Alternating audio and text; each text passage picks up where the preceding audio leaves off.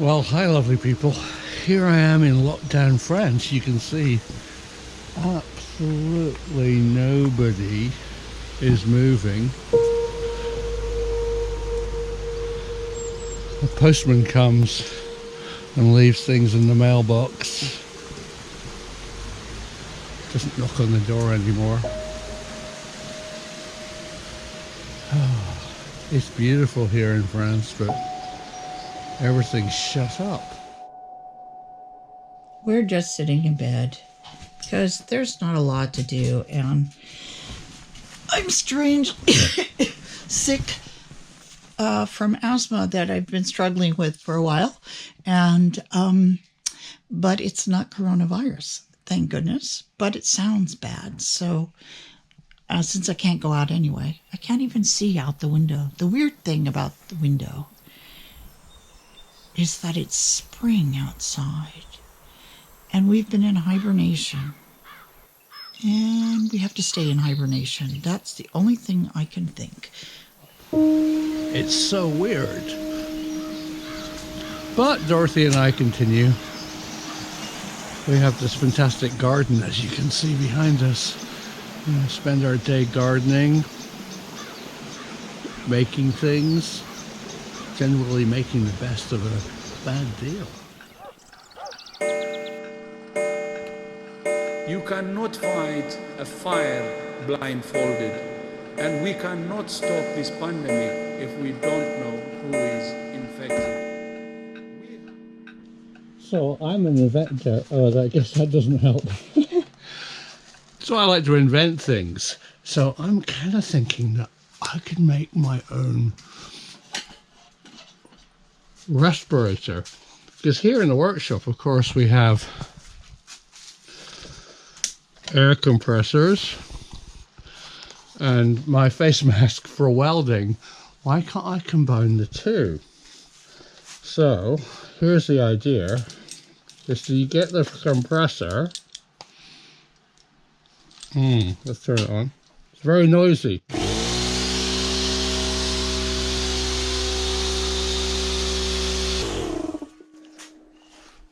you think that might work? It actually smells of oil. I think it's probably a fail. But maybe I can modify it. If I can get the air hose blowing gently into the mask, it might just work. Anyway, it's keeping me amused. We have a simple message for all countries. Test, test, test. So I could stay here all day. And I have my grandchildren to look at. Emil, map of Africa, where it hasn't exploded yet. Anyway, that's about it right now, because I'm not... Oh, these are books. Can't even see the titles. They're on the other side. Silly. Oh, there he is. He thought I was getting up. False alarm. Let's go and feed the chickens. See what they've got. Make sure they've got water and grains. And check for any eggs. So next door we have a bar and a disco. It's completely shut, of course, because in this lockdown you can't run things like bars or discos. Here's Henry. Henry's going to come over and try and ram me. Hi, Henry. Come on. You really have to keep your eye on Henry.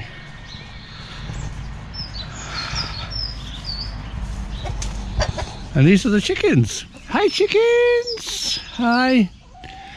Keeping chickens is just the best thing. We don't eat them, we just eat their eggs. But here in this part of France, there's lots of predators, so you need wire, a roof, and a floor to keep your chickens safe. So to cheer myself up, I'd make myself some bacon and egg. Hi, Louise. Oh, Louise is a sweetheart.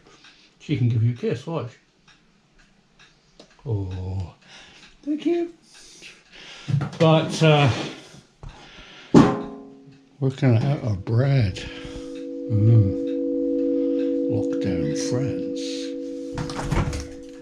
And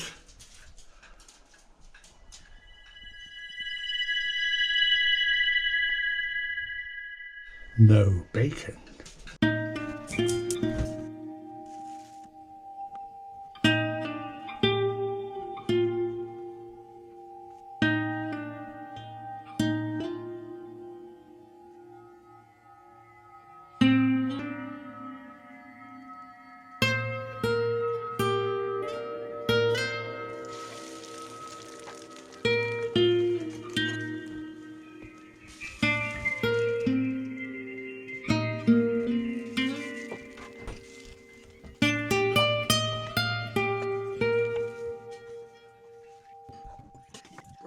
What are you making, Dorothy?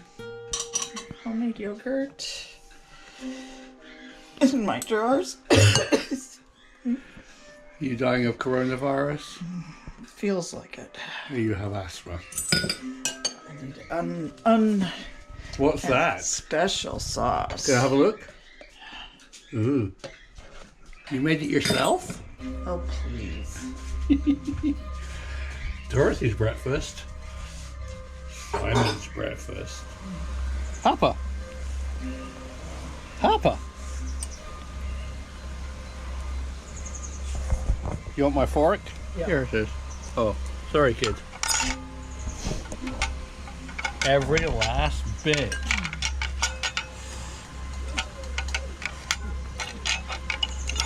Corbet, you need your collar.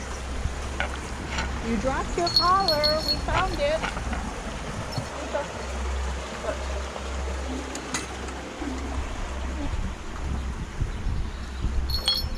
Close the gate before I go in there. Look. Oh, hi Moses.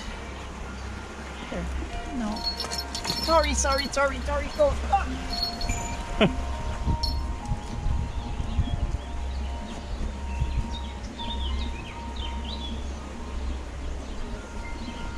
Here he is.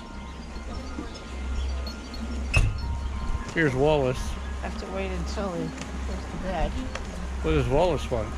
Hi Wallace. You heard there was food. Oh, hi Wallace. He wants to do the toilet paper challenge. He does? Oh. Who's this?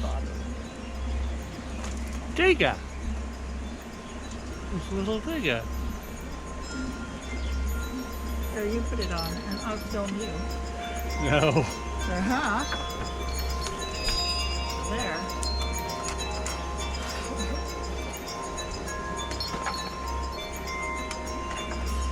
No collar, Corbet. Maybe we could cut down a couple of those old pieces of wood that they're covered in vines. Why do people... Coronavirus is spreading panic. Here's the science why. It's from National Geographic. It says basically that people panic buying supplies is the way humans have coped with uncertainty. And so they want to feel like they're in control in panic and fear. So they know they have to react right away, but they don't know what to do. So going and standing in line gives them some sense of control. If they have a ton of toilet paper in their house, they are in control of the virus. There you go. The answer is there. That's it. Buy more toilet paper. Dog food. Dog food is probably the problem. We got this thing for growing plants at Christmas currently from Charlie. Thank you, Charlie. Yeah, thanks, Charles. It's got a light at the top, which comes on, and then it's a hydroponic system. These are floating in water, as you can see. And what are the three plants? That looks like Basil, chives, and a mint. a minty thing. It's really good. Another reason not to go shopping. Another article, same issue, National Geographic, is the plague doctors, and it explains why. I mean, some of them, well, since they didn't have the science, it was a bit of charlatanry or, charlatans. But the idea that they thought was that it was in poisonous air. So if they could block the air getting to the doctor, then he would be protected. So they wore these ridiculous costumes that were made, unfortunately, goat skin, but they covered them in wax. And then mainly this thing around the head, this costume, which has become part of modern, you have to go like to this read more, and it's so confusing. Continue reading. Like here, this picture of modern Venice, which ironically was closed this year. They stuffed herbs, 55 kinds of herbs in the beak. I thought they also put garlic, but maybe it depends, in order to keep the poisonous air from contaminating the person. So that is the origin of the beak costume. Françaises, Français, mes chers compatriotes, jeudi soir, je me suis adressé à vous pour évoquer la crise sanitaire que traverse notre pays. Jusqu'alors, l'épidémie de Covid-19 était peut-être pour certains d'entre vous une idée lointaine. Elle est devenue une réalité immédiate, pressante. Le gouvernement a pris, comme je vous l'avais annoncé, des dispositions fermes pour freiner la propagation du virus. Les crèches, les écoles, les collèges, les lycées, les universités sont fermés depuis ce jour. Samedi soir, les restaurants, les bars, tous les commerces non essentiels à la vie de la nation ont également clos leurs portes. Les rassemblements de plus de 100 personnes ont été interdits. Jamais la France n'avait dû prendre de telles décisions, évidemment exceptionnelles, évidemment temporaires, en temps de crise. Elles ont été prises avec ordre, préparation, sur la base de recommandations scientifiques avec un seul objectif: nous protéger face à la propagation du virus.